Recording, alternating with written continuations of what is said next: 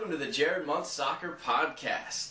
This is Jared Montz, the founder of OnlineSoccerAcademy.com and CollegeRecruitingWebsite.com, and as always, I'm your host. Today's guest is Heather O'Reilly. Heather is a member of the 2011 Women's World Cup team and also a player for Sky Blue FC in the WPS. Heather has an impressive resume. She's been on the U.S. national team since she was 17.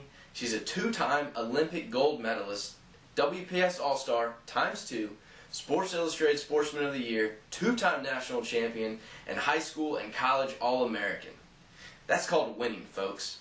Let's get her on the Skype and see what she has to say. All right, Heather. Well, we'll get right into it. Welcome to the show, and just to start off, you've had a great past week, scoring goals for the national team and Sky Blue FC. How good is life for you right now? Thanks. Yeah, I'm feeling good right now. Obviously, for me to score some goals, it's good for the confidence.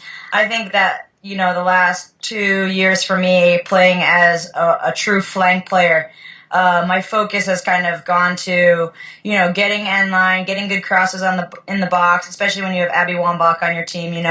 That's a huge asset. So that's been my focus, but it's really good for me to get some in the back of the net myself. And I think for me to add in more of a scoring threat is just awesome for Sky Blue and the U.S. team. Well, talking World Cup, team was just announced a few weeks ago, and you were picked to be in it. You've won a lot of championships and gold medals, but not a World Cup yet. How motivated are you and the rest of the team to win a championship this summer? It's huge. I mean, we're definitely hungry and ready to go. I mean, we're very proud of our Olympic wins for sure. But, as a soccer player, the World Cup is the stage, and we haven't won it since 1999. And I think as a young group, we still do have a lot to prove.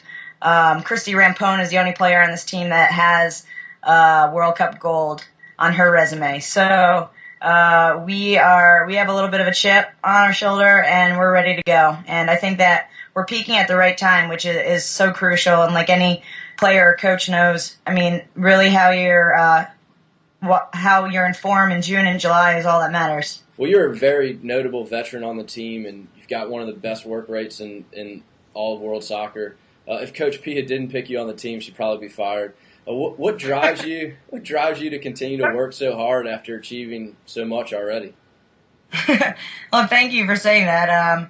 I do pride myself, especially the fact that I've played under 3 different national team coaches so far. That's something that I'm very proud of because I do try to bring sort of the intangible things every single day, and I think that sort of works for me, and, people notice that. I think that my work ethic and my discipline and my positivity and me being trying to be a good teammate day in and day out, I think that coaches appreciate that, and I think that, I just learned from a young age that you can just bring those things every day, even if you're technically off, and I'm not known to be the most technical player out there, but I think that I focus on what I'm good at, and that has definitely helped me the last couple years. Of course, I can improve in some areas and always get more and more technical, more and more savvy on the ball, but the things that I can bring day in, day out is what I've focused on.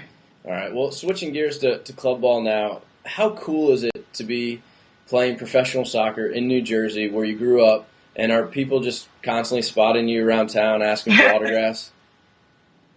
Oh, it's really sweet to be able to play in my hometown. I mean, as you know, as a soccer player, the game takes you all across the country and all across the globe. So for me to come back full circle and literally be playing on some of the same fields that I played at as a kid has just been incredible. And it's sort of like all my worlds collide, right? Because I have some, of my club teammates that come out and see the games, or some of my old high school teachers come out, and it's just really cool how my career has sort of come around full circle, and I find myself back in Central New Jersey. So that's pretty sweet. In terms of the people recognizing me, I think that the game's still growing in New Jersey. It's a very strong soccer state, but in terms of Sky Blue FC being known across the state, I think that's still growing. So hopefully that will continue, and I can hope hopefully put this club on the map even more. Well, last week we had Indy Cowie on the podcast, and I'm not sure if you know who she is, but she's a 16-year-old phenom freestyler. She's already early committed to UNC. She's been on ESPN and Good Morning America recently. But what advice do you have for her transitioning to the college game at UNC, and what advice do you have in general for players that are about to take their game to the college level and how they can adjust so quickly? Well, first of all, I would say to her that she's pretty sick on the ball, and I'm very impressed, and I've seen the videos, so I'm happy that she has chosen to be a Tar Heel.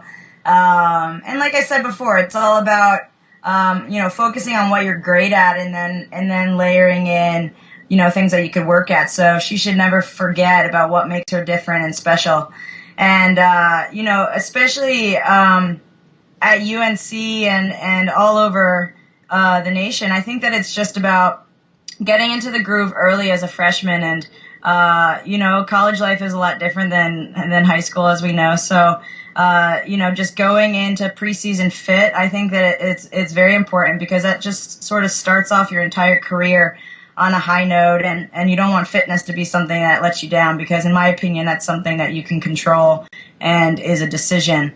So I would tell her to go and fit and respect your elders, I guess, even though UNC is a very welcoming place. It's always helpful to respect your elders a little bit and just earn your spot slowly but surely. Just outwork players at practice, and she'll be great.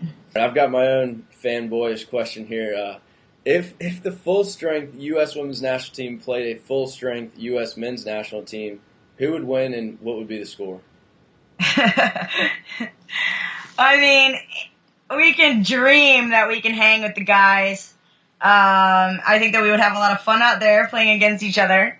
But I think that, the men's team is quite a bit faster and stronger than us. So in a full field match, I would probably have to give them the upper hand.